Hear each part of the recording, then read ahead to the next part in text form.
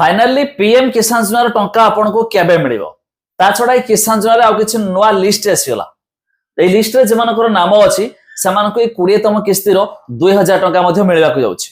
तबे लिस्ट केमिति देखिबे जाकि वीडियो रे म आपन को स्टेप बाय स्टेप प्रोसेस तो जणेबी। ता छडा बहुत हिताधिकारी मध्ये चाहि बसचंती अरे यार किसान योजना टंका केबे आसीबो गोटे परे गोटे डेट मध्ये चेंज होउछि। तबे आसंतु म आपन को संपूर्ण अपडेट जणाउछि। ता छडा यहा भी आपन जानिथिबे वर्ष को प्रति 4 मासर थरे 3टी किस्ती रे मध्ये 2-2-6000 टंका भी मिली थाए। तबे एथरो खूब शीघ्र आपन को आसीबो 20तम किस्ती रो 2000 टंका। आसंतु म आपन को लिस्ट अपडेट जणाउछि। ता पूर्वरो लाइक टे करंतु, सब्सक्राइब करनथिले एबे सब्सक्राइब पाखर थिबा घंटी चिन्ह को दबाइ दियंतु। फर्स्ट ऑफ ऑल आपन pmkisan.gov.in यार वेबसाइट ओपन करिवे जार लिंक मो देछि डिस्क्रिप्शन ले।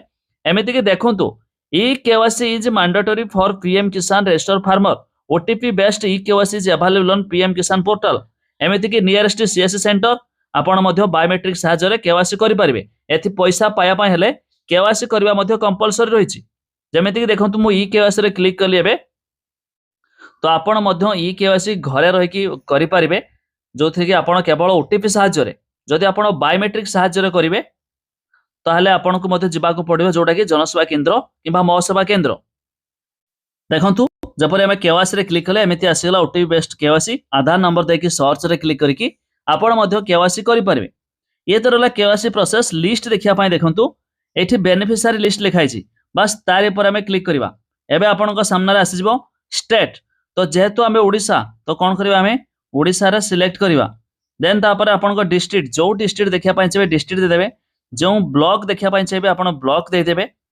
तापर आपण को आसीबो विलेज देखंतु प्रोसेसिंग होउची तो विलेज देकी गेट रिपोर्ट रे क्लिक जते बेले करबा आपण को सामना रे रिपोर्ट आसीबो। देखंतु एठी रिपोर्ट आसीबो जोटा कि लिस्ट आसीबो। एठी पूर्वरु थिबा कि पुराना लिस्ट नुवा करी जो माने जोडी हेछंती समानकर अप्रूव होईची तो समानकर मध्य लिस्ट कहया माने कि नुवा और पुराना दुटी जाक जोडी कि मध्य लिस्ट आसीची। आपण माने एमिति देखि पारिबे। देखंतु लिस्ट मध्य आसीगला आ ए लिस्ट रे जेमानकर नाम थिबो सेमानकु मध्य मिलि जिवो आगामी आसीबाकु थिबा 20तम किस्तीरो 2000 टंका। तबे मिलुथिबा सूचना मुताबक जाकी एही जुलाई मास रे आपण मानकु आ 2000 टंका आसीबो जो 20तम किस्तीरो पूर्वरु जून रे आसीबार थिला किंतु जून रे घुंची आइगी एबे जुलाई रे आसीबो बोली मते सूचना रहिछि किंतु ए पर्यंत कोनसे तारीख निर्धारित होइनी।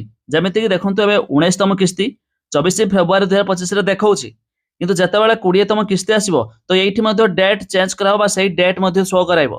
तबे एपर्यंत फाइनल डेट आसीनी किंतु ए जुलाई रे आसीबो बोली मध्ये सूचना रहिछि। तो लिस्ट देखिया पई वेबसाइट विजिट करिया पई लिंक दिया है डिस्क्रिप्शन रे जाई मध्ये चेक कराई दियंतु।